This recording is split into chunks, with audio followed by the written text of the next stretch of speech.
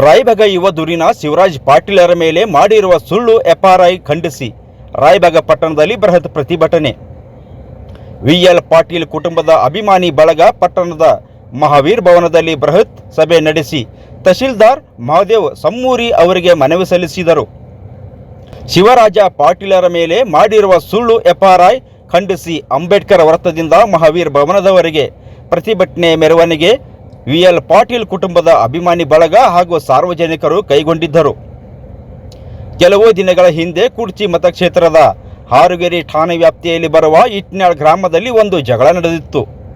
ಸೀಮಿ ನ್ಯಾಯ ಸಲುವಾಗಿ ಎರಡು ರೈತ ಕುಟುಂಬಗಳ ನಡುವೆ ಜಗಳ ನಡೆದು ಸಂದರ್ಭದಲ್ಲಿ ಜೆಡಿಎಸ್ ಪಕ್ಷದ ರಾಷ್ಟ್ರೀಯ ಉಪಾಧ್ಯಕ್ಷರಾದ ಸುಪುತ್ರರಾದ ಶಿವರಾಜ ಪಾಟೀಲರವರು ರಾಯಬಾಗ್ ಮತಕ್ಷೇತ್ರದ ಬ್ಯಾಕುಡ್ ಗ್ರಾಮದ ತಮ್ಮ ಮನೆಯಲ್ಲಿ ಇದ್ದರು.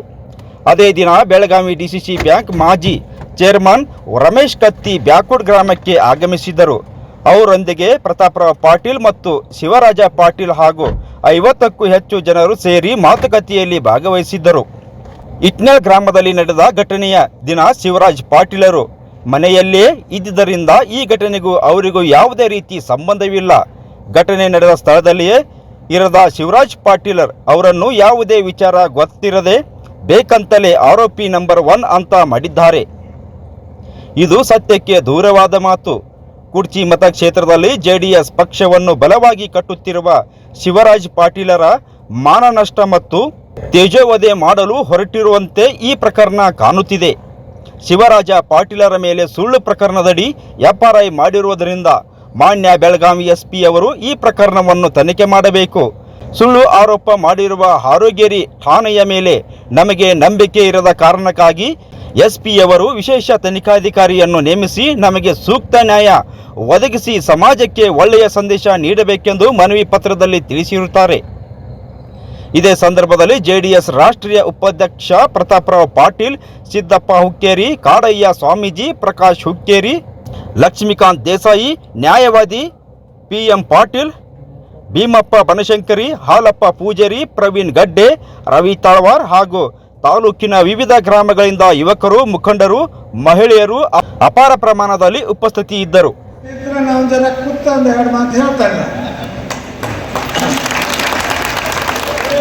ಈ ಹಾಲ್ ಕಟ್ಟಿದಾಗಿಂದ ಏನು ಕಾರ್ಯಾಲಯ ಇರ್ತದೆ, ಇದು ಹಾಲ್ ಕಟ್ಟಿದಾಗಿಂದ ನನಗೆ ಅನಿಸಿದ ಪ್ರಕಾರ ಎಷ್ಟು ಮಂದಿ ಕೂಡಿಲ್ಲ.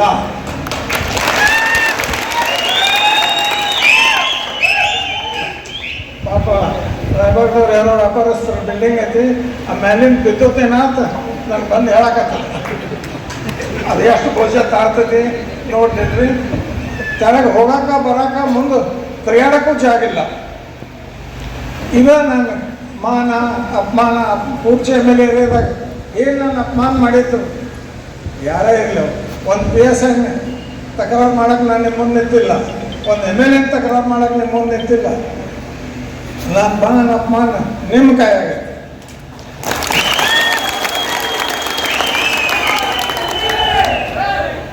ಈಗ ಸದ್ಯಕ್ಕೆ ನಡೆದ DCC ಬ್ಯಾಂಕ್ ಎಲೆಕ್ಷನ್ ಹೆಂಗೆ ಹಾಕೋದು, ಯಾರಿಗೆ ಹಾಕೋದು, ಇದು ಚರ್ಚೆ ಮಾಡಿ ನೀವು ಹೊರಗೆ ಬೀಳಬೇಡ್ರಿ, ನಿಮ್ಮನ್ನು ಹಂಚಿಕೆ ಹಾಕಿ ಅಲ್ಲೇ ಮನ್ಯಾಗ ಕೂರಿಸ್ತೀವಿ, ಇದ್ರ ಸಲುವಾಗಿ ಅವ್ರು ಹಾಕಿಲ್ಲ. ಅದಕ್ಕೆ ಉತ್ತರ ನೀವೇನು ಕೊಡೋದು ನೀವು ಕೊಡ್ರಿ. ನನಗೆ ಯಾವ ಒಂದು PSI ಒಂದು MLA ಹಂಚಿಕಿಲ್ಲ. ನಿಮ್ಮನ್ನು ಕಾಕೊಂಡೇನಂತ ನನಗೆ ಹಂಚಿಕೆ ಐತಿ.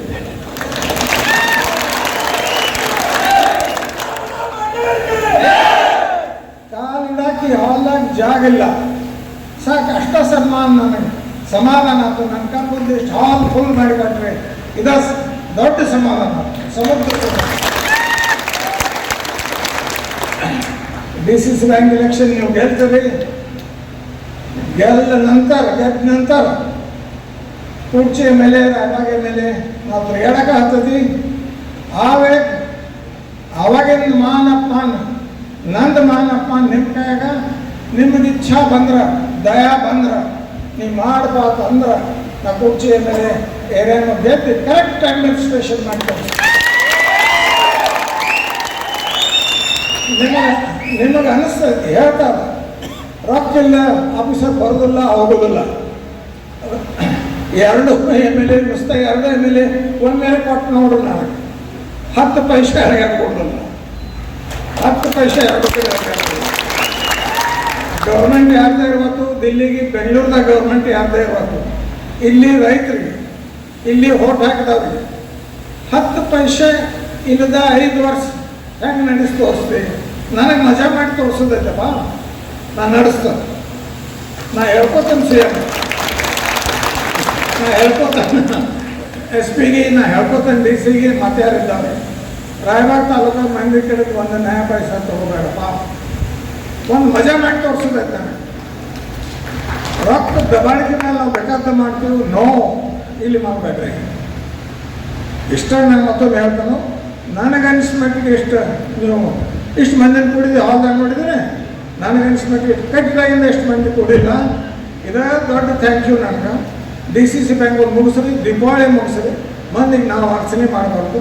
ದೀಪಾವಳಿ ಆಗೋದಾಗ 2 MLA area, 2 MLA area, 2 police station, ಎಲ್ಲಿ ತಕರಾರು ಇರ್ತದೆ ಅಲ್ಲಿ ನಾನು ಬಂದು ನಿಲ್ಲಿಸ್ತೇನೆ, ನಿಲ್ತೇನೆ, ಮಂದಿನ ತಂದು ನಿಲ್ಲಿಸೋಣ.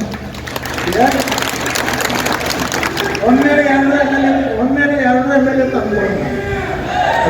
ಪಾರ್ಟಿ ಯಾವುದಾಗಲಿ, ಸಮಾಜ ಯಾವುದಾಗಲಿ, ಜಾತಿ ಅದ್ರಾಗ ಏನಾಯ್ತು ಮರ, ಮನುಷ್ಯ ಕರೆಕ್ಟ್ ಬೇಕು.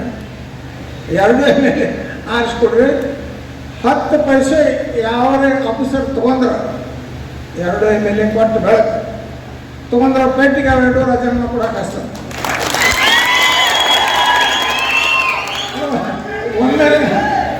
ಒಮ್ಮೆಲೆ ಮಜಾ ಮಾಡಿ ತೋರಿಸ್ತಾರಪ್ಪ, ನನಗೆ ಒಮ್ಮೆಲೆ ಚಾನ್ಸ್ ಕೊಡ್ರಿ.